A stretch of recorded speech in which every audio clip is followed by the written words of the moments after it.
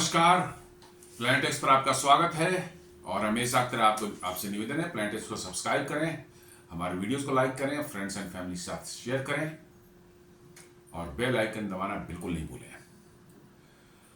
दोस्तों, भारत की इकोनॉमी ने वेस्टर्न मीडिया जो है उनको वर्चुअली शॉक कर दिया है। जी हाँ, बड़ा उनको शॉक लग रहा है, कष्ट हो रहा है कि सारी दुनिया की इकोनॉमी नीचे जा रही है और भारत क्यों नहीं माने स्टेबल कैसे है और कैसे इसकी इकोनॉमी ऊपर जा रही है।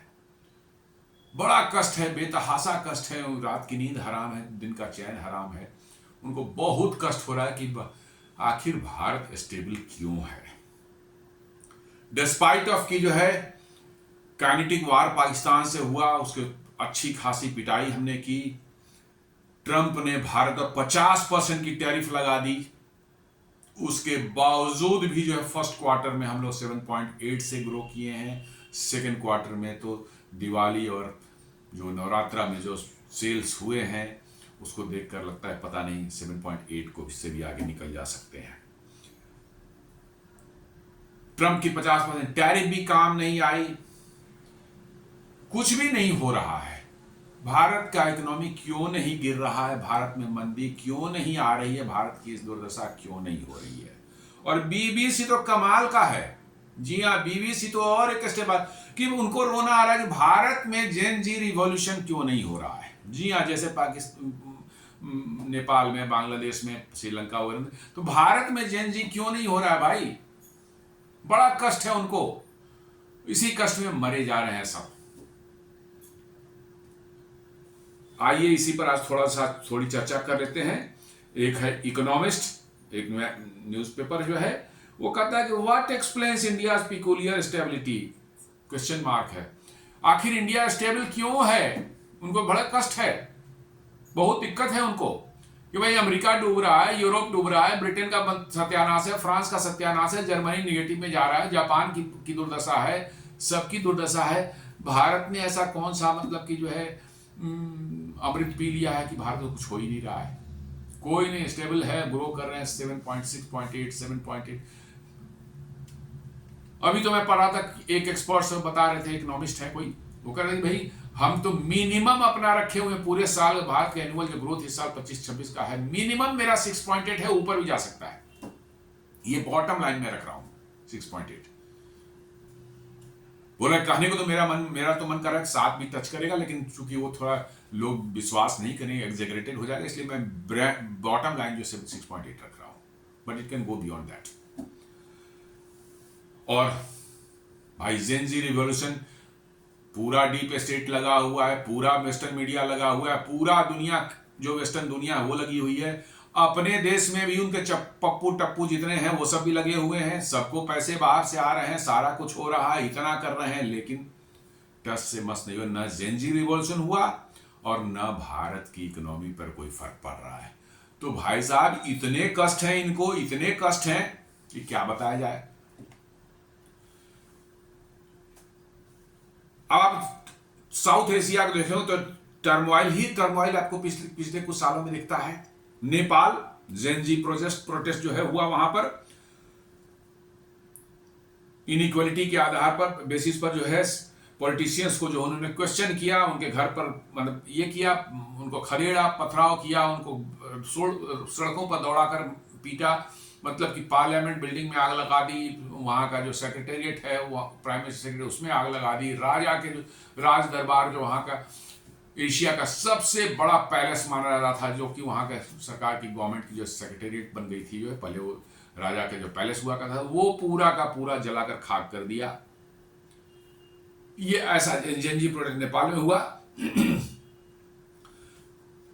नेपाल में उतना अनएम्प्लॉयमेंट भी था, ठीक है, अनएम्प्लॉयमेंट नेपाल में भी रहता है, भारत में भी है, ऐसी कोई बात नहीं है कि सारे लोगों को एम्प्लॉयमेंट मिल गई है, लेकिन हाँ मैनेजेबल लिमिट में रखा गया है। बांग्लादेश को देख लीजिए, कैसे स्टूडेंट प्रोटेस्ट और इस्लामिस्ट जो है सब जो है जमात इस्लामी और ये सब जो है कौन सा बांग्लादेश तहरीके बांग्लादेश ये सब बना करके जो है जमाते से सब के सब एकदम कट्टर कह सकते हैं कि आपको रेडिकलाइज्ड एलिमेंट्स। और इन लोगों ने और सामने फ्रंट में किसको रखा, स्टूडेंट को। रिजर्वेशन के, लेकिन रिजर्वेशन को भी खत्म कर दिया था सरकार ने, लेकिन फिर भी जेनजी पैसा बाहर से आया था, हसीना को हटाना था, अच्छा या बुरा कुछ भी, हसीना को हटाना था, बाहर से पैसा आया था और पैसा लोगों ने खा लिया था, बढ़िया से चूरन चाट लिया था अमेरिका का, तो भाई करना ही था, अब हटा दिया। अब बांग्लादेश की स्थिति ऐसी हो गई है कि वहां पर इतना डेंजरस सिचुएशन है कि कब क्या अंदर में होगा। सारी दुनिया की जो है इंटेलिजेंस एजेंसियां वहां एक दूसरे के अगेंस्ट में काम कर रही है। अभी आपने सुना हो कैसे एक CIA का बहुत सीनियर ऑफिसर जो है, जो कि महीनों से जो वहाँ बिजनेस के नाम पर आया हुआ था, होटल में था, वेस्टिन करके होटल ढाका में है, 5 स्टार होटल, वो जो मरा पाया गया अपने उसमें जो है होटल रूम में। एक ISI का ऐसे ही सीनियर ऑपरेटिव जो है वहाँ एक 5 स्टार होटल में मरा पाया गया संदिग्ध अवस्था में। और उसके बाद एक और CIA का बहुत बड़ा मतलब कि जो है जो ऑपरेटिव था, उसका बताया जा रहा है बच तो गया है, लेकिन बोला कि वो एकदम बिल्कुल समझिए कि लंगोट लेकर वहां से भागा है ढाका से, क्योंकि उसके भी खत्म होने के इंतजाम हो गए थे। बताया जा रहा है कि कैश में पैसे जो है फेंक करके, जो है 5 स्टार होटल काउंटर पर पेमेंट फेंक करके उसने पैसे, रिटर्न पैसे भी नहीं लिए जो उसके रिटर्न होने थे, वो लेकर भागा है किस तरह से इंटरनेशनल एयरपोर्ट पकड़ कर, कहां भागा, सिंगापुर भागा। कौन उसके पीछे पड़ा था, क्यों पड़ा था, पता नहीं। होटल वाले भी आश्चर्य कि भाई अमेरिकन है ही तो नॉर्मली 5 स्टार होटल में कैश तो नहीं लेते हैं, और अमेरिकन तो कैश तो कर उनसे कोई लेना नहीं, उनकी जिंदगी कार्ड पर चलती है। वो बता रहे हैं कि वो छोड़कर भागा, जिन्होंने देखा भैया वो सामान तमाम सब छोड़ते हुए जो है किस तरह से टैक्सी मिली, एक भागा एयरपोर्ट, क्योंकि वो भी शायद मारा जाता वहां पर। कौन मारता रहा था उसको, क्या कर रहा था, कुछ नहीं पता है। और उसकी इसलिए उसके सारी टीम जो 8-10 लोगों की थी, वो सब भी जहां थे वहीं से चुपचाप एयरपोर्ट पहुंचे और निकल कर भाग चुके हैं। इतनी खतरनाक स्थिति बांग्लादेश में। बताते हैं कि वहां रॉ भी है, वहां पर KGB भी है, वहां पर MI6 भी है, CIA भी है, चाइनीज इंटेलिजेंस एजेंसी भी, कौन नहीं है बांग्लादेश में, और सब एक दूसरे के अगेंस्ट में कर रहे हैं, और स्थिति इतनी भयंकर हो गई है। और वो जेनजी वाले पैसे खा करके अब देख रहे हैं रोड बांग्लादेश की सड़कों पर जो है आग लग रही है, प्रोटेस्ट हो रहे हैं। पुलिस ने अपना काम करना छोड़ दिया है, रिजाइन कर दिया है, बोला कहा कि आप जिंदा रहेंगे तो पुलिस नौकरी बहुत कुछ कर लेंगे, यहाँ तो मरने का ही बना, उन्होंने पुलिसिंग छोड़ दिया है। तो बांग्लादेश का स्टूडेंट्स रिवॉल्यूशन जो हुआ, प्राइम मिनिस्टर जो शेख हसीना 2009 से थी, उनको जो है रातों रात भागना पड़ा वहां से, जो है किसी तरह से जो है भारत ने उनको बचा के निकाला और ले आए यहाँ पर। वो यहाँ पर निर्वासन में है। कोटा सिस्टम जो है रिजर्वेशन सिस्टम के अगेंस्ट में हुआ था, बट रिजर्वेशन सिस्टम तो खत्म कर दिया गया था। सुप्रीम कोर्ट में केस था, सुप्रीम कोर्ट ने भी उसको खत्म कर दिया था, बट फिर भी चला, क्योंकि मामला वो नहीं था, वहां तो जेनजी रिवॉल्यूशन बाहर चलाया जा रहा था पैसे देकर के। आप श्रीलंका को देख लें, श्रीलंका में भी ऐसे 2022 में जो है प्रेसिडेंशियल पैलेस में घुस गए लोग, जो है पब्लिक जो है, वो महिंदा राजपक्ष था, उसका जो एक और भाई था, जो ये बड़ा बढ़िया वहां सिस्टम था, एक राष्ट्रपति बना हुआ था और अपने भाई को प्रधानमंत्री बनाया हुआ था, पूरा कब्जा और लूटपाट पूरी भयंकर। पब्लिक चढ़ बैठी, पब्लिक को न खाने का मिल रहा है, न पीने का मिल रहा है, न पेट्रोल एक भी बूंद मिल रही थी, न गेहूं मिल रहा था, न आटा मिला, कुछ भी नहीं।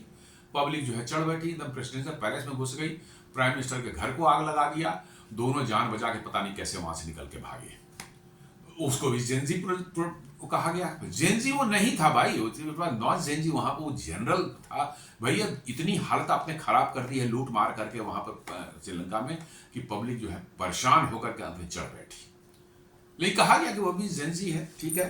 पाकिस्तान देखिएगा कैसे जो है इमरान खान को उन्होंने जो गिरफ्तार किया है, तो कैसे 9 मई 2023 को जो है क्या हालत मचा दी थी उन्होंने पाकिस्तान में, जो है कि पाकिस्तान की जो है का समझिए भगवान होता है वहाँ का, जो है आर्मी, जो है आर्मी चीफ और उसके जो चट्टे बट्टे हैं, वहाँ लाहौर के कोर कमांडर के घर में घुस करके लोगों ने उसके फ्रिज से कोरमा, बिरयानी और सब उठा के लेकर गए। और तो ये पाकिस्तान की भी यही हालत है। अभी देख लीजिए वो पाकिस्तान के जो इलीगली ऑक्युपाइड जो है POJ का वो पार्ट जो है, और गिलगिट बाल्टिस्तान, देखिए क्या प्रोटेस्ट वहां चल रहे हैं, हर आए दिन प्रोटेस्ट हो रहा है, लोग मारे भी जा रहे हैं, गोलियां भी चला रही है, मतलब कि वहां की आर्मी, और वहां प्रोटेस्ट चल रहे हैं पूरा, मतलब बिल्कुल कभी भी टूट सकता है। खैबर पख्तूनख्वा को देख लीजिए कैसे वहां TTP ने आफत मचा रखी है, हर दिन बिना विदाउट फेल 10 से 12 जो है पाकिस्तानी सैनिक मारे जा रहे हैं। BLA देख लीजिए बलूचिस्तान में क्या कर रही है। तो मतलब भारत के चारों तरफ जो है बिल्कुल जो है अनस्टेबिलिटी वाला माहौल बन गया है। जेनजी का नाम जरूर दे दिया कि वो जेनजी क्या, वो सब लफंगे हैं, सड़क छाप सब गुंडे हैं, उनको पैसे दे करके जो है ये लोग जेनजी कर देते हैं। जेनजी, अरे पढ़ा लिखा होगा तो जेनजी होगा। जी हाँ, ये सब सड़क छाप को जो है लफाड़िया टाइप के जो है एकदम रफिया टाइप के जो है सड़क छाप जो लोगों को जो है पैसे खिला करके जो है CIA TIA सब जितना है ISI ये सब करवाते हैं, उसको नाम देते हैं जेनजी। अरे जेनजी बड़ा एकदम ग्लैमरस नाम लगता है ना कि भाई जेनजी एकदम बिल्कुल जो है सिस्टम के खिलाफ जो है साहब एकदम बिल्कुल बगावत कर दिया, क्योंकि सिस्टम बहुत खराब हो चुका था, सड़ चुका था, उसके खिलाफ उन्होंने बगावत। अब क्या हो गया बांग्लादेश में, सिस्टम को चला लो। अब क्या हो गया नेपाल में, सिस्टम को चला लो। वो तो श्रीलंका था, किस तरह भारत सरकार ने वहां पैसे वैसे देकर वहां स्थिति स्टेबलाइज की, अब उनको दाना पानी मिल रहा है। तब उनको समझ में आया कि भारत के साथ मिलकर रहने में क्या फायदा है। जी हाँ, उनकी स्थिति ऐसी हो गई थी कि वहां कुछ भी हो सकता था।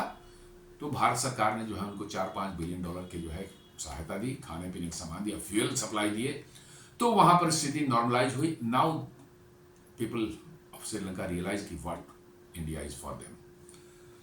तो कहने का मतलब है पूरे साउथ एशिया में जो है टर्मोइल चल रहा है। जी हाँ, पूरे साउथ एशिया में टर्मोइल चल रहा है, लेकिन भारत में साहब एकदम शांति है और इकोनॉमिक प्रोग्रेस जो धनातन हो रहा है। जी हाँ, ट्रंप ने 50% की टैरिफ लगाई, हमारा अमेरिका को एक्सपोर्ट 37% जरूर गिरा, लेकिन उसके बावजूद ओवरऑल एक्सपोर्ट्स हमारे बढ़ गए। हम डाइवर्सिफाई कर रहे हैं, हम अमेरिका पर डिपेंडेंट ही नहीं रहेंगे। जी हाँ, अमेरिका पर डिपेंडेंट ही नहीं रहना है मुझे। हाँ ठीक, थोड़ा बहुत जाएगा, जरूर जाएगा, लेकिन हम सारा अपना माल अमेरिका को देंगे और अमेरिका पर ही अपना जो है दाव खेल कर रखेंगे, ऐसा नहीं होगा। अब भारत ने समझ लिया और दुनिया ने भी समझ लिया है, और इसका खामियाजा अब अमेरिका को भुगतना पड़ेगा। जी हाँ, क्योंकि अब दुनिया जो है उनसे ज्यादा ट्रेड नहीं करेगी, दूसरे देशों का ट्रेड करेगी, क्योंकि मालूम है कि भैया हमारा जो है आपके यहाँ जो बिजनेस चल पड़ा, आप किसी भी दिन इसको काट देंगे, आप खत्म कर देंगे और हम सड़क पर आ जाएंगे। इसलिए बेहतर है कि हम आपसे बिजनेस ही ना करें, क्या करें। तो ये पता चल जाएगा उनको। तो कष्ट दुनिया को यही हो रहा है, अमेरिका को, वेस्टर्न सारे है, जो ब्रिटेन है, फ्रांस है, जर्मनी, कि भाई साहब इतना हमने कर लिया, हम लोगों की हालत खराब हो गई, पैंट गीली हो गई, पैंट उतर गई, अब तो चड्डी भी किस दिन उतर जाए ये भी पता नहीं है। लेकिन साहब भारत में क्या है भाई, कुछ हो ही नहीं रहा है, बिल्कुल मस्त चल रहा है। 140 करोड़ के लोग देश, मैंने पॉपुलेशन वाला देश जो है उसको न जेंजी हो रहा है साहब, न उनकी इकोनॉमी डूब रही है। अरे साहब इतना पेट में दर्द है, इतना कष्ट है, क्या बोला जाए। और हमारे यहां जो चमचे हैं, उनके पप्पू टप्पू जो सारे भरे हुए हैं जो अपने आप ही, उनको तो उनसे भी ज्यादा कष्ट है साहब। जी हां, उनको उनसे भी ज्यादा कष्ट हो रहा है कि साहब इतना हम कर लिए, इतना हमको बाहर से पैसा मिला, हमको खाने पीने मिला, तो आपने जो बाहर से पैसे देने वाले हमारे मालिक हैं उनको तो दिखाना पड़ेगा ना कि साहब हमने कुछ किया। नहीं तो जाएंगे बाहर में, तो दो चार झापड़ लगाएगा इनको कि साहब मेरे पैसे भी खा गए, तूने कुछ किया भी नहीं, जेंजी करता रहा, कुछ किया नहीं तूने। इनको तो बाहर जाकर पिटाई होगी। तो अब ये कुछ करने कुछ हो ही नहीं रहा है। यहां पर सबसे आश्चर्य की बात हो ही नहीं रहा है। कहा है कि India is surprising island of stability. जी हां, surprising island of stability, economic resilience के। अब देखें तो ट्रंप की जो है ट्रेड वार के बावजूद, 50% के बावजूद भी 25% टैरिफ उसने जो है सिंगल आउट करके दुनिया में किसी कंट्री पर नहीं लगा, सिर्फ भारत लगाया रशियन ऑयल लेने के लिए। तो हमारी टैरिफ कितनी होगी? 50%, हाईएस्ट। ब्राजील और भारत का जो है हाईएस्ट टैरिफ है, उसके बावजूद भी साथ कुछ नहीं हो रहा है। बड़ी मुश्किल की बात यह है।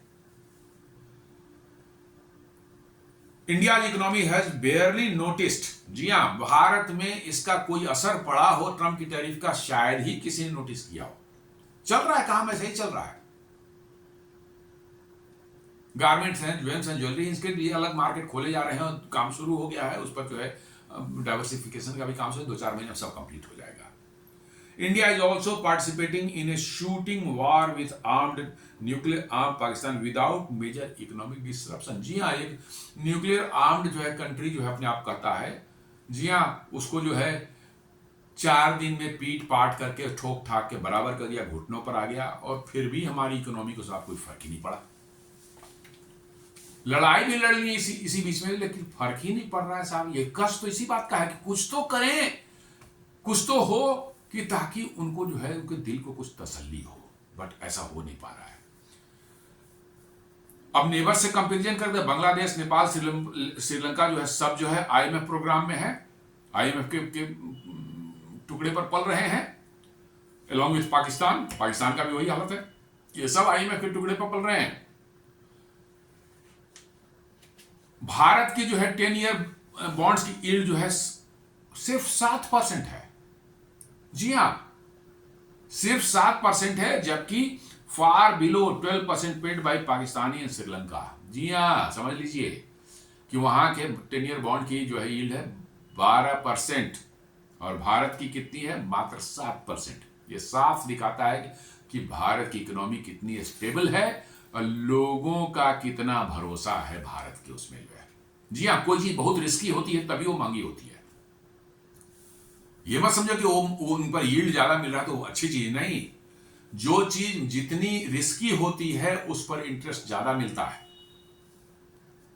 तो 12% जो बॉन्ड यील्ड आपको मिल रहा है, तो इसका मतलब है कि आपके बॉन्ड लेने को कोई तैयार नहीं है, तो आपने उसमें इंटरेस्ट ज्यादा दिया है। क्योंकि रिस्की है आपका बॉन्ड लेना, तो आपने इंटरेस्ट ज्यादा दे रहे हैं, तब जो है आपके कुछ बॉन्ड लेने को कोई शायद तैयार हो, वो भी नहीं हो रहा है। अब भारत में कितने? 7%। तो आप देख लीजिए, फार below the 12% paid by Pakistan and Sri Lanka. Foreign exchange reserve भी साहब जो है क्या बोला जाए, $700 बिलियन के आसपास पहुंचा हुआ है। जी हाँ, $700 बिलियन के आसपास में कम बेसी हो रहा है, बट वहीं पर है पड़ा हुआ $700 बिलियन, जो कि 18% ऑफ जीडीपी हमारा फॉरेन एक्सचेंज करीब करीब है। Enough for 11 months of import. जी हाँ, कुछ भी नहीं हो, एक पैसा भी नहीं बाहर से फॉरेन एक्सचेंज में फर्दर आए, तो भी हमें 11 महीने तक हमारे इंपोर्ट जो है होते रहेंगे एज इट इज। और ग्रोथ भी साहब जो है क्या बताएं, 6 से 8% के बीच में जा रहा है पर ईयर।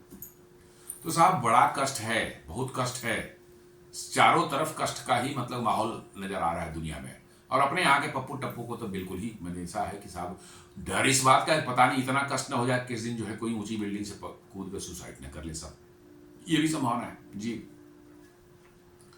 और आप हिस्टोरिकली देखेंगे तो इंडिया बहुत स्टेबल नहीं रहा है, हिस्टोरिकली इंडिया इनस्टेबल रहा है हमेशा। सबसे खास बात यह है कि आप हिस्टोरिकली देखेंगे तो इंडिया बहुत अनस्टेबल रहा है। जी हाँ, 1947 से 1991 तक इंडिया बहुत सारे repeated balance of payment problems after independence. जी हाँ, इंडिपेंडेंस के बाद में हमेशा हम लोग न्यूज पढ़ते थे जब से होश संभाला हम लोगों ने कि बैलेंस ऑफ पेमेंट की क्राइसिस है। बैलेंस ऑफ पेमेंट का मतलब हमारे इंपोर्ट जो है वो ज्यादा है और एक्सपोर्ट जो कम है, तो हमारे पास जो पेमेंट के लिए जो है इंपोर्ट करने के पैसे हमारे पास नहीं है। तो ये हमेशा से रहा है। 1965 में हमने एक पाकिस्तान से हमारा वार हुआ, डिवास्टेटिंग हुआ, ड्रॉट भी हुआ, उसी समय जो अकाल भी बहुत जबरदस्त हुआ था यहाँ पर, और इंडिया को जो है वर्चुअली अमेरिका के गेहूं पर निर्भर कर दिया। नहीं तो अमेरिका में इंडिया में भूखे लोग मरते, अमेरिका जो है कुत्ते की तरह भारत को ट्रीट करता था। वो गेहूं भारत को दिया जाता था जो वहां पर मवेशी के लिए खाने के लिए भी नहीं इस्तेमाल हुआ, समुद्र में फेंक दिया था मछलियों के लिए। बिल्कुल सूखे सूखे दाने, लाल लाल दाने जो है गेहूं के रहते थे, जिसमें कोई यील्ड नहीं, किसी तरह की न्यूट्रिशन नहीं, वही भारत को दिया जाता था। और उस पर भी धमकी के साहब हम कभी चाहे रोक देंगे इसको। ये हालत थी भारत की 1965 में। जो लोग जो आज कहते हैं ना कि भारत को किसने बनाया, first prime minister, second prime minister, third prime minister की बात करते हैं, वो हालत ये थी कि आप उनके दरवाजे पर भीख मांगते थे बैठ करके। जी हाँ, भीख मांगते थे लिटरली। 1991 में 71 में भी आपने एक वार लड़ा। जी हाँ, उस समय भी काफी ज्यादा आपका डैमेज हुआ, कब कुछ हालांकि पाकिस्तान के तो आपने 2 टुकड़े कर दिए, बट काफी ज्यादा आपकी इकोनॉमी पर फर्क पड़ा ही उसका। करोड़ों रिफ्यूजीज आपके यहाँ बांग्लादेशी आ गए थे, उसका लोड आप पर पड़ा, आपकी इकोनॉमी बिल्कुल मतलब वो हो चुकी थी। In 1991, a spike in oil prices due to the Gulf War and a collapse in remittances triggered another crisis. Government airlifted gold to Britain as collateral. जी हाँ, 1991 में oil prices सडनली बढ़ गई। उसी समय फर्स्ट गल्फ वॉर हुआ था और उसके बाद भारत की फॉरेन एक्सचेंज की स्थिति ऐसी हो गई कि बिल्कुल हम लोग घुटनों पर आ गए। जी हाँ, और 300 टन सोना जो उठाकर ब्रिटेन ले जाना पड़ा गिरवी रख के, उसके एवज में हमने पैसे कुछ लिए, फिर IMF से कुछ लोन लिया। ये हालत भारत की थी 1991 में। जो है सोना ले जा करके गिरवी, जो कि अभी लाया जा रहा है धीरे धीरे करके, उसको उठाया। पिछले साल 100 टन लाया गया था, इस साल 64 टन लाया गया है, अभी लाया जा रहा है धीरे धीरे करके उसको। ये स्थिति भारत की, भारत बहुत स्टेबल नहीं था शुरू से। जी, वल्नरेबिलिटी इन 2013 कहते हैं कि India was counted in the fragile 5। जी हाँ, इकोनॉमी हमारी फ्रेजाइल 5 में, मतलब सबसे फ्रेजाइल इकोनॉमीज 5 इकोनॉमीज थे उसमें काउंट होते थे भारत। बाय मॉर्गन स्टैनली ने हमको कहा था फ्रेजाइल 5 हमें कहा दो। During the taper tantrum the rupee fell by 20% from May to August. जी हाँ, जो है 1991 2013 में जो है हमारा जो है रूपी जो है 20% गिरा था मई से अगस्त के बीच में। जो है भारत के अर्थव्यवस्था में ऐसा बताते हैं लोग, कहते अनुमान लगाते हैं कि फेक करेंसी जो है 50% करेंसी जो सर्कुलेशन में थी वो फेक करेंसी थी। ये स्थिति बना के रख दिया था लोगों ने। तो इनस्टेबिलिटी में कहीं भी कमी नहीं रही है। लेकिन भारत ने क्या किया भाई, धीरे धीरे जो है गवर्नमेंट क्लीन अप बैंक्स को पहले क्लीन किया गया। उनके बैंक्स के एनपीए जो थे उनके एसेट्स के 15% हो गए थे। माने 15% जो लोन वो पूरा देते थे उसका 15% एनपीए हो जाता था सब। और सभी बैंकों में था, सरकारी प्राइवेट सबका। प्राइवेट का तो नहीं आता, सरकारी का कैसे पता नहीं लोन दिए जाते थे या दिलवाए जाते थे भगवान जाने, लेकिन हो जाते। इसको सरकार ने क्या किया, धीरे धीरे जो है उसको घटा कर कहा लाया 3% पर। जी हाँ, 3% पर अभी हम लोग आ गए, और भी नीचे जाएगा। गवर्नमेंट ने जब bankers insolvency and bankruptcy code जो है बिल लाया, IBC, जहां भी कोई फ्रॉड हुआ या जहां पर भी कोई बैंकरप्ट होने की कोशिश किया कि कंपनी, चुपचाप उस कंपनी को पकड़ा, कोर्ट में ले गए, कोर्ट से जो ऑर्डर किया उसको नीलाम करके नए मालिक को बेच दिया, उससे पैसे रिकवर करके बैंक या जो भी लोन दिया था उसको चुका दिया गया। और जिनकी फैक्ट्री थे वो सड़क पर।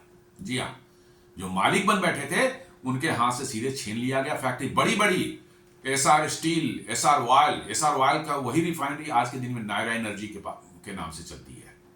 ऐसे बहुत भूषण स्टील, कोई एक नहीं है, छोटे छोटे नहीं है, बड़े बड़े सब जो है उनके हाथ से छीन करके जो है करप्ट जो है इंडस्ट्रियलिस्ट जो थे उनके हाथ से छीन करके ये लोग क्या करते थे। अभी देखिए कल इनकी जो है अनिल अंबानी के जो है एसेट्स फ्रीज किए गए हैं, उनको समन भी किया है, मतलब कि जो है ईडी ने जो है गिरफ्तार भी हो सकते हैं वो।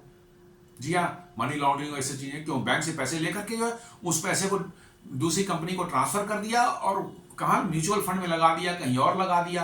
अरे आपने जिस कंपनी के में काम के लिए पैसे लिए तो वो काम हुआ नहीं, तो डाइवर्ट हो गया दूसरे कंपनी को। तो अब ईडी ने पकड़ा है मनी लॉन्ड्रिंग केस में, जो उनको समन किया गया है, हो सकता है वो गिरफ्तार भी हो जाए। जी हाँ, और उनके एसेट्स जो सारे अटैच करीब 7,000 करोड़ के रुपए के जो है एसेट्स को ऑलरेडी अटैच कर चुकी है ईडी जो है। आप विश्वास नहीं करेंगे, ईडी ने जो 2015 से लेकर 2025 तक जो है 1,25,000 करोड़ के एसेट बेच करके रिकवर किए हैं, 1.25 लाख करोड़, और वो बैंकों और अदर जो जिनके ड्यूज थे, जिनके पैसे थे, उनको लौटाए गए। तो इसलिए जब 15% जो आपका एनपीए था बैंकों का घट के 3% पर आ गया, और अभी और नीचे जाएगा। जी हाँ, जिस तरह से काम चल रहा है वो और नीचे जाएगा। अनिल अंबानी सब टाइप के बड़े बड़े जो ऐश करते थे बैंकों को पैसे लेकर के, लौटाएंगे नहीं, और कंपनी के मालिक भी बने रहेंगे, बैंकरप्ट डिक्लेयर करके जो मालिक बनी रहेंगे और ऐश करेंगे। अब वो सब नहीं चलने दे रही सरकार। आज इंडिया का ये देखा जाए तो बिल्कुल बजट की डिसिप्लिन हमारा, बजटरी डिसिप्लिन हमारा है। Sri Lanka was triggered by unfunded tax cuts and deficit spending funding by money printing. जी हाँ, टैक्स ब्रेक दे दिया लेकिन उसका बजटरी प्रोविजन नहीं है। सब्सिडी दे दी, कहां से मिलेगा अब नहीं मालूम है। कैसे भाई, मनी प्रिंट कर लो, रुपया प्रिंट कर लो, बस ये करके कर रहे थे। India still runs twin deficits but trim the budget deficit from 9% pandemic start to under 5% plans to cut डेप्ट to the GDP from 57% to 50% by 2031। जी हाँ, जो हमारा बजट डेफिसिट हुआ था 9% तक चला गया था पेंडेमिक के समय जो है, चूंकि सरकार को ज्यादा खर्च करना पड़ रहा था, अब वो डेफिसिट जो फिस्कल डेफिसिट घटा करके 5% आ गया है। और कह रहे हैं कि हमारा जो है जो डेप्ट टू जीडीपी रेशियो 57% अभी है, वो 50% हम ले आएंगे 2031 तक। उस पर काम चल रहा है और रिजल्ट आने दिखने शुरू हो गए। मतलब कि बजटरी डिसिप्लिन बिल्कुल मेटिकुलसली फॉलो किया जा रहा है। एक्सपोर्ट डायनेमिक्स देख लिया, revenue from services exports, business process and IT outsourcing has risen from 11% to 15% of GDP over a decade. जी हाँ, आईटी सर्विसेज और ये सब जो है, आईटी इनेबल्ड सर्विसेज जो है, आउटसोर्सिंग का जो बिजनेस है, इसका जो है ये जीडीपी का 11% से बढ़ के 15% हो गया है 10 साल में। Depending this reduces depending on foreign capital inflow. जी हाँ, फॉरेन कैपिटल न भी आए तो कोई बहुत परेशानी नहीं है, आए बड़ी अच्छी बात है, हम तो चाहते हैं क्या है, लेकिन फॉरेन कैपिटल यदि ना भी आएंगे, अभी कम भी आएंगे तो काम चलेगा। यही सब स्ट्रेंथ है भारत का। While vulnerability reduced, जी हाँ, while has been relatively low, while policies has been relatively low in recent years, prices, strategic while buffers and now new refinery capacity help। जी हाँ, हम लोगों ने अभी मतलब कि कह सकते हैं कि फॉर्चुनेटली इन समय में पिछले 10 सालों में ऑयल प्राइसेस बहुत नहीं बढ़े हैं, ठीक ठाक रहे हैं। विद इन थोड़ा सा स्पाइक यूक्रेन वार के स्टार्टिंग में आया था, पर उसके बाद से ठीक ठाक रहा है। तो हमने इसका फायदा उठा के बफर बनाया है, स्ट्रेटेजिक रिजर्व्स बनाए हैं और न्यू रिफाइनरी कैपेसिटी भी हमने ऐड किया है। और आज हम दुनिया के सबसे बड़े रिफाइनर बन चुके हैं। हमारे यहाँ तेल नहीं निकलता, लेकिन सबसे ज्यादा पेट्रोलियम प्रोडक्ट का एक्सपोर्ट करने वाले देश बन चुके हैं हम लोग। Cheap imported Russian oil saved 8 billion in foreign exchange last year despite attracting Trump's ire। जी हाँ, हम लोगों ने स्ट्रेटेजिकली जो है रशियन ऑयल खरीदा, जो जिस पर डिस्काउंट मिले थे, और हम लोग ट्रंप की उतनी बकवास करने के बावजूद भी, अमेरिका को उतना प्रेशर के बावजूद भी, और हमने $8 बिलियन जो है फॉरेन एक्सचेंज बचा है इससे जो है। इथेनॉल ब्लेंडिंग हम लोग कर रहे हैं। जी हाँ, 20% इथेनॉल ब्लेंडिंग की जा रही है पेट्रोल में, ताकि हमारा पेट्रोलियम कंजम्पशन जो है वो घट सके, और मतलब कि जो है फॉसिल फ्यूल इंपोर्ट भी हमारा घट सके। Worry drivers but delight sugarcane farmer. जी हाँ, थोड़ा सा आपको उसमें माइलेज एवरेज पर थोड़ा सा जैसी रिपोर्ट आ रही है कि कुछ असर पड़ता जरूर है। ठीक है, कोई दिक्कत नहीं, थोड़ी माइलेज पर असर पड़ेगी, लेकिन फार्मर्स को जो है इससे इथेनॉल में जो शुगर केन वगैरह जो इस्तेमाल हो रहा है उसके खूब पैसे मिल रहे हैं और फार्मर्स की इनकम बढ़ रही है। जी हाँ, और भारत का सरकार ने कहा ही था, प्रधानमंत्री मोदी ने कहा कि हम चाहते हैं कि उसकी हमारे किसानों की आमदनी दोगुनी हो जाए कम से कम। तो उसमें इथेनॉल ब्लेंडिंग ने बहुत बड़ा रोल अदा किया है। अब साहब दुनिया को कष्ट है कि why Gen Z is not protesting revolting in India. जी हाँ, बीबीसी तो उसका तो भाई कलेजा फट गया लगता है, कलेजा फट करके बाहर आ गया, पता नहीं जिंदा बचेगा। बीबीजी का कहता जेन जी टू हिट, मैंने short of appealing Gen Z to hit street protest. जी हाँ, करीब करीब इस स्थिति में आ गया। खाली उनको यही अपील करना है ऐसे ऐसे न्यूज छाप रहे हैं कि क्यों नहीं कर रहे हैं साहब, क्या है दिक्कत, क्या है, सब जगह हो गया, भारत में क्या होगा। अब इतना ही बचा है कि वो सीधे ये छापें कि साहब जेनजी बाहर आओ इंडिया में और प्रोटेस्ट रिवोल्ट करो। जी इतना ही तक बचा है, लेकिन यहाँ कोई सुन ही नहीं रहा है बीबीसी की। किसी जमाने में बीबीसी को ही माना जाता था कि भैया रिलायबल न्यूज बीबीसी। आज तो भारत के बच्चा कहता है सारा दुनिया में सबसे कोई फ्रॉड न्यूज एजेंसी है वो बीबीसी है। सबसे झूठ और फरेब वाला काम जो करता है वो बीबीसी है, और इसलिए बीबीसी की हालत ये हो चुकी। वो तो सरकारी फंडिंग उनको मिलती है वहां ब्रिटेन में जो है, इसलिए चल रहा। आश्चर्य नहीं करेंगे कि ये सब बोलते हैं मॉडर्न है और डेवलप्ड है, आज भी यहाँ रेडियो और टेलीविजन स्टेशन के सिग्नल जो मिलते हैं, आप घर में रेडियो रखते हैं, आपको लाइसेंस लेना पड़ता है या उसके पैसे लेने पड़ते हैं। वो पैसे कहाँ जाते हैं? बीबीसी को जाता है। टेलीविजन आप रखते हैं और वहाँ के टेलीविजन आप स्टेशन के प्रोग्राम आप यूज करते हैं, चलाते हैं, आपको जो कि भारत में आज से 50-60 साल पहले हुआ करता था। हर रेडियो के लिए आप पोस्ट ऑफिस में जाकर कुछ पैसे देकर एक लाइसेंस होता था, टिकट साथ देता था कि हाँ साहब इस साल के लिए आपने जो लाइसेंस ले लिया, 2 रुपये 3 रुपये उस समय लगते थे। ब्रिटेन में आज भी लाइसेंस लिया जाता है हर एक। ये क्यों किया जा रहा है? इस मक्कार जो है बीबी सेसा ऑर्गेनाइजेशन, उसको सरकार फंडिंग कैसे करेगी? पब्लिक से लेकर के झूठ बोलवाना है तो अपने एजेंडा चलाने के लिए पैसे लेकर के उसको दिए जाते हैं पैसे। मतलब शर्म आनी चाहिए कि जो फ्रीडम और इस सब की बात करते हैं, वो लाइसेंस वहां रेडियो रखने के लिए लाइसेंस लेना पड़ता है, टेलीविजन रखने के लिए लाइसेंस लेना पड़ता है। कैन यू बिलीव ये इंग्लैंड है? ये हालत है इनकी। इकोनॉमिक्स कह रहा है कि Indians are optimistic and hopeful and better things will come in the future as India is rapidly growing, but there is discontentment। नहीं साहब, सब कुछ ठीक है, बढ़िया चल रहा है, सबको होपफुल है लोग कि अच्छे दिन आएंगे, बढ़िया आएगा, सबको काम धंधा मिल रहा है, इकोनॉमी ग्रो। लेकिन साहब डिसकंटेंटमेंट तो अभी भी है। जी हाँ, डिसकंटेंटमेंट है। किसी के लिए डिसकंटेंटमेंट नहीं है साहब, सब कुछ अच्छा है, लेकिन फिर भी जो है हम जो है भारत के लोग जो बड़े दुखी हैं। बस यही बोलकर क्यों दुखी है ये नहीं मालूम। सब कुछ अच्छा है ये भी लिख रहा है, लेकिन साहब डिसकंटेंटमेंट है। ये जो है उनका फ्रस्ट्रेशन हो चुका है। अब अपने बाल नोचेंगे कि पत्थर बजा के सर पीट लेंगे, फोड़ लेंगे अपना, कुछ पता नहीं। या एनीथिंग दे कैन डू। ये आप तो ट्रम्प की हालत देख ही रहे हैं ना, वो तो भरचोरी अपना सर फोड़ रहा है। भाई इतना हम बोल रहे हैं, इतनी गालियां निकाल रहे हैं, इतना टैरिफ लगा दिया, इतना तक कह दिया डेड इकोनॉमी है, इतना तक कह दिया कि will crush the India's economy जो है, सब कुछ बोल दिया, कोई फर्क ही नहीं पड़ा। इधर जवाब गया ना, कुछ फर्क पड़ा साहब। एक्सपोर्ट बढ़ गया, इकोनॉमी भी बढ़ रही है, 7.8 से फर्स्ट क्वार्टर में ग्रो किया, इस क्वार्टर में तो लगता है 8 भी ना क्रॉस कर जाए। तो भैया तो सर तो पीटेगा ही पीटेगा। इतना पैसे खर्च करने के बावजूद मीना पप्पू टप्पू सबको खिलाया जा रहा है किसानों से, कुछ हो ही नहीं रहा है। बड़ा कष्ट है भाई। अब है कि why are American hitting street. अब दुनिया में, भारत में कुछ नहीं, लेकिन दुनिया में क्या हो रहा है?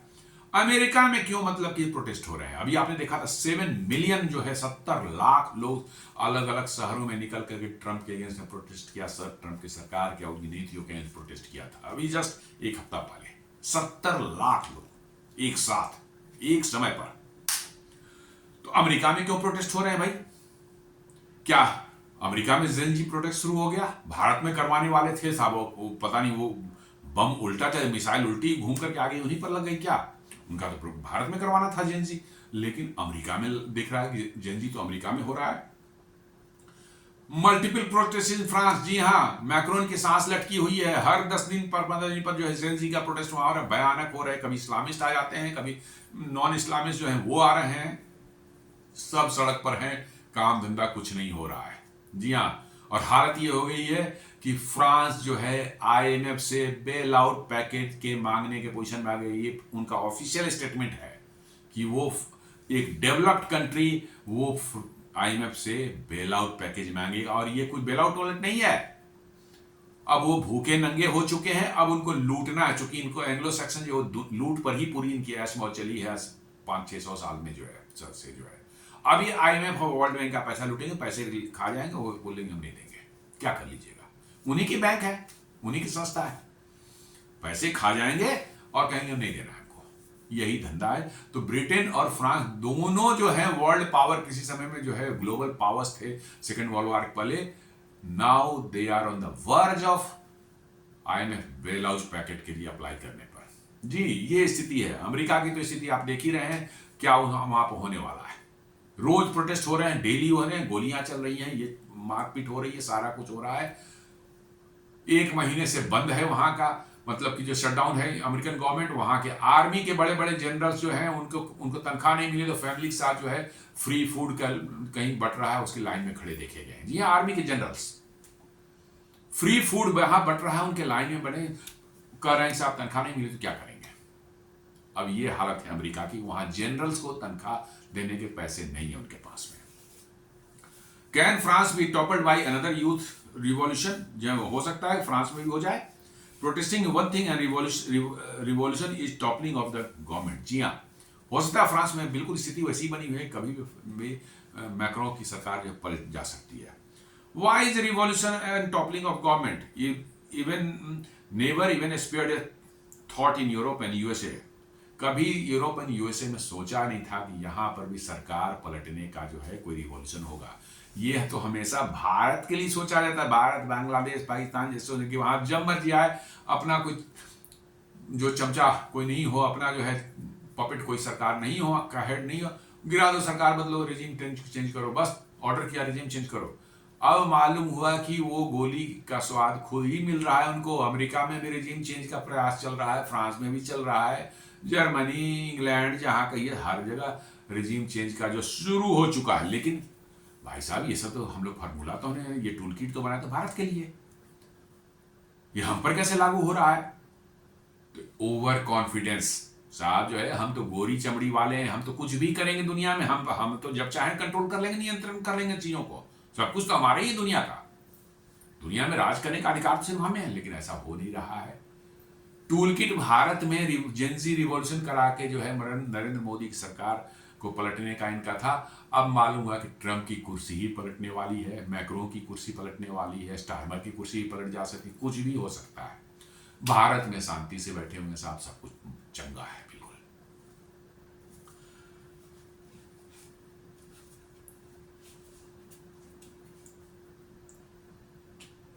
अब प्रॉब्लम ये है कि इन लोगों को लगता है कि एक बार कुछ कर लिया फॉर्मूला, जैसे शाहीन बाग में कर लिया था और फार्मर प्रोटेस्ट में कर लिया, इनको लगता है बस हाँ पता चल लग गया, अब यही फॉर्मूला हर बार लगा। अरे भैया नहीं चलेगा वो, अब लोगों को समझ में आ गई, भारत के लोग, नागरिकों को समझ में आ गई, मेजोरिटी ऑफ लोग जो है समझ गए हैं कि ये किसका चाल है, किसने कराया था।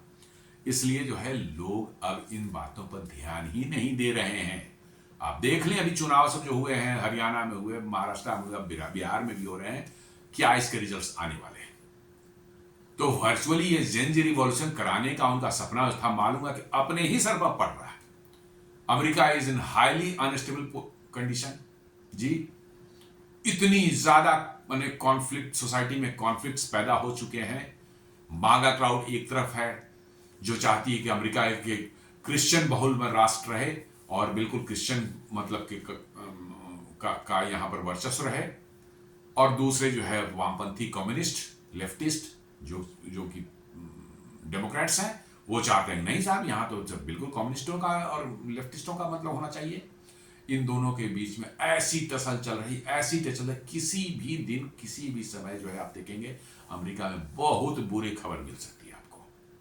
जी हाँ, आपने देखा था ट्रंप के पहले टर्म में जब हार गए थे तो कैसे जो है 6 जनवरी या कोई दिन था 2021 का, जो मुझे याद नहीं आ रहा है डेट एग्जैक्टली है, जहां ट्रंप के जो है चेले पार्टी सब बंदूक लेकर के जो है कैपिटल हिल पर चढ़ बैठे थे। जी, कैपिटल हिल उनका पार्लियामेंट बिल्डिंग, कैसे चढ़ बैठे थे बिल्कुल कब्जा करने के लिए। वो ये सब वो सोचते थे कि भारत जो है और पाकिस्तान और बांग्लादेश जैसे देशों में, भैया आपके देश में शुरू हो चुका है। तो ये है दुनिया का खेल भाई। भारत जिस रास्ते पर चल रहा है, क्यों ऐसा हो रहा है? Because we have followed the path of truth. जो सच्चा है, जो फैक्ट है, उसी को हमने एक्सेप्ट किया। उसमें कोई कमियां थी उसको दूर करने की कोशिश की, इसलिए हम स्टेबल है। आपने आंखें बंद कर रखी है, आप में है कि भैया हम तो डेवलप्ड कंट्री, अमेरिका है, इंग्लैंड है, हमको कौन क्या कर लेगा, हम तो ऐसे इसी के लिए दुनिया पर राज करने के लिए बने हुए हैं, तो मौज करने के लिए बने, हमको कुछ नहीं होगा। हम ऐसे कभी इस्लामिस्ट का इस्तेमाल करेंगे, कभी कम्युनिस्ट का इस्तेमाल करेंगे, कहीं लेफ्टिस्ट का करेंगे, कहीं लिबरल का करेंगे, पूरी दुनिया में स्टेबिलिटी फैलाएंगे। हमारे देश में करने की कोशिश करेगा तो हम तो कंट्रोल करेंगे जब मर्जी है, क्योंकि हमारे चेले चपाटे हैं भैया।